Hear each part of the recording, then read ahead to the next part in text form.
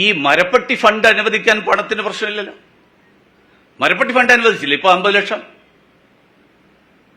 1600 രൂപ പെൻഷൻ കൊടുക്കാനില്ല. മരപ്പട്ടി ഫണ്ടിന് 50 ലക്ഷം. അല്ലെ ഞാനും അതിനെയാണ് ഞാൻ അല്ലല്ല മരപ്പട്ടി ഫണ്ടിന്റെ കാര്യം പറഞ്ഞ പ്രകോപനമല്ലല്ലോ. ഞാൻ ഈ ചിരിക്കുന്നതാണ് പ്രകോപനം. അതുകൊണ്ട് അതാണ് ഞാൻ പറഞ്ഞത്. ദേശാഭിമാനിയും കൈരളിയും കേരളത്തിൽ പിണറായി സർക്കാരിനെതിരായിട്ട് പറയുന്നതൊക്കെ കേരളത്തിനെതിരായിട്ട് പറയുന്നത് പണ്ട് DK ബറുവ ഇന്ദിരാഗാന്ധിയെ കുറിച്ച് പറഞ്ഞതുപോലെയാണ്. ഇന്ദിര ഈസ് ഇന്ത്യ എന്ന് പറയുന്നത് പോലെ പിണറായി ഈസ് കേരള എന്ന് പറയുന്ന സമീപനത്തോട് എനിക്ക് യോജിപ്പില്ല. ഞാനത് യോജിക്കുകയും ചെയ്യില്ല. അല്ല, നമുക്കൊരു കാര്യം ചെയ്യാം. നമ്മൾ രണ്ടുപേരും മാത്രമുള്ള സംവാദമല്ലല്ലോ ഇത്. ബാക്കിയുള്ളവരെ കൂടി ചോദിക്കാം.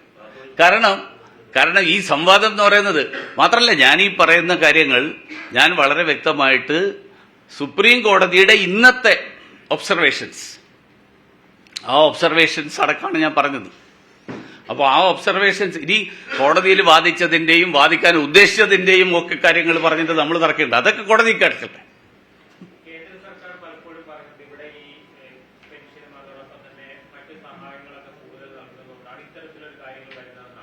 അങ്ങനെ കേന്ദ്ര സർക്കാർ എപ്പോഴാ പറഞ്ഞു? അതെപ്പോഴാ പറഞ്ഞു? ഞാൻ കേട്ടിട്ടില്ല.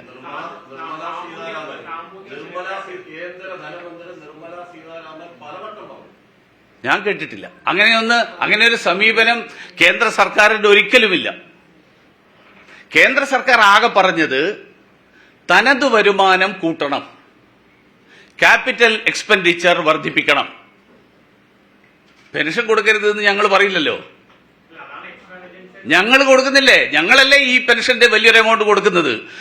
കേന്ദ്ര സർക്കാർ കേരളത്തിന് 602 കോടി രൂപ ഒക്ടോബറിൽ കൊടുത്തു. അറിയില്ലേ? ഞാൻ ചോദിക്കട്ടെ, വലിയ എമൗണ്ട് ഇത് നമ്മുടെ മുഖ്യമന്ത്രി പറയുന്ന വാചകമുണ്ട്. മുഖ്യമന്ത്രി എന്താ പറയുന്നറിയോ? മുഖ്യമന്ത്രി പറയുന്നത് കേന്ദ്രം ഒന്നും തരുന്നില്ല, കേന്ദ്രത്തിന്റെ വിഹിതം ചെറുതാണ്. അത് കഴിഞ്ഞ് പെൻഷൻ മുടങ്ങുമ്പോൾ പറയുന്നത് എന്താ? കേന്ദ്രം തരാത്തതുകൊണ്ടാണ് പെൻഷൻ മുടങ്ങുന്നത്. ചെറിയ വിഹിതമാണ് കേന്ദ്രം തരുന്നതെങ്കിൽ അതുകൊണ്ട് പിന്നെ പെൻഷൻ മുടങ്ങാൻ പാടില്ലല്ലോ. കേന്ദ്രം വലിയ വിഹിതം തരുന്നു, അത് തരാതിരിക്കുന്നതുകൊണ്ടാണ് പെൻഷൻ മുടങ്ങുന്നതെന്ന് മുഖ്യമന്ത്രി തന്നെയാണ് പറയുന്നത്, ഞാനല്ല.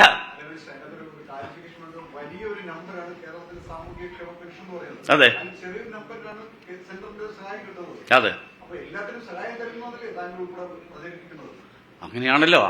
അതായത് ഇതെല്ലാം ദേശീയ തലത്തിൽ അല്ല. അപ്പൊ പിന്നെ ഞങ്ങൾ കേന്ദ്രം കൊടുക്കുന്നത് മുടങ്ങിയതിന്റെ പേരിൽ കേരളത്തിൽ മുടക്കേണ്ട ആവശ്യമില്ലല്ലോ. എന്നിട്ട് കേന്ദ്രത്തിനെ കുറ്റം പറയണ്ടല്ലോ. വലിയ എമൗണ്ട് കേരളത്തിൻ്റെതാണ്, ചെറിയ എമൗണ്ടാണ് കേന്ദ്രം തരുന്നത്. ആ ചെറിയ എമൗണ്ട് മുടങ്ങിപ്പോയത് കൊണ്ടാണ് ഇവിടെ പെൻഷൻ കൊടുക്കാൻ പറ്റാത്തത് എന്ന് പറയേണ്ട കാര്യമില്ലല്ലോ. അല്ല എന്റെ ചോദ്യത്തിന് ഒരു മറുപടി എന്താ?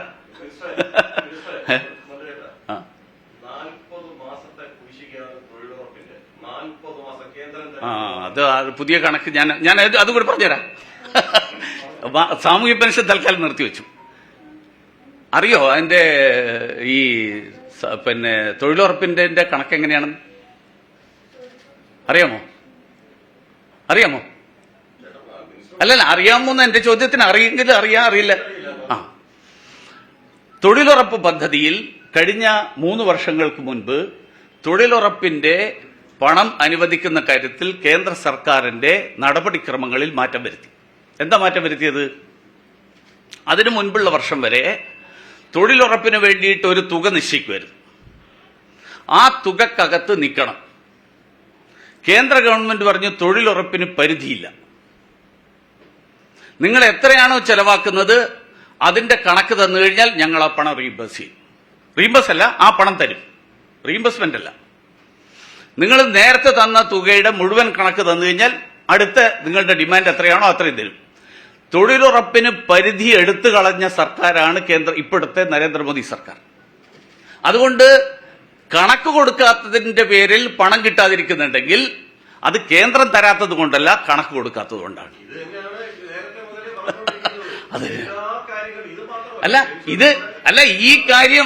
ഈ കാര്യമൊക്കെ കോടതിയിൽ പോയിട്ട് കോടതിയെ ബോധ്യപ്പെടുത്താൻ പറ്റുന്നില്ലല്ലോ.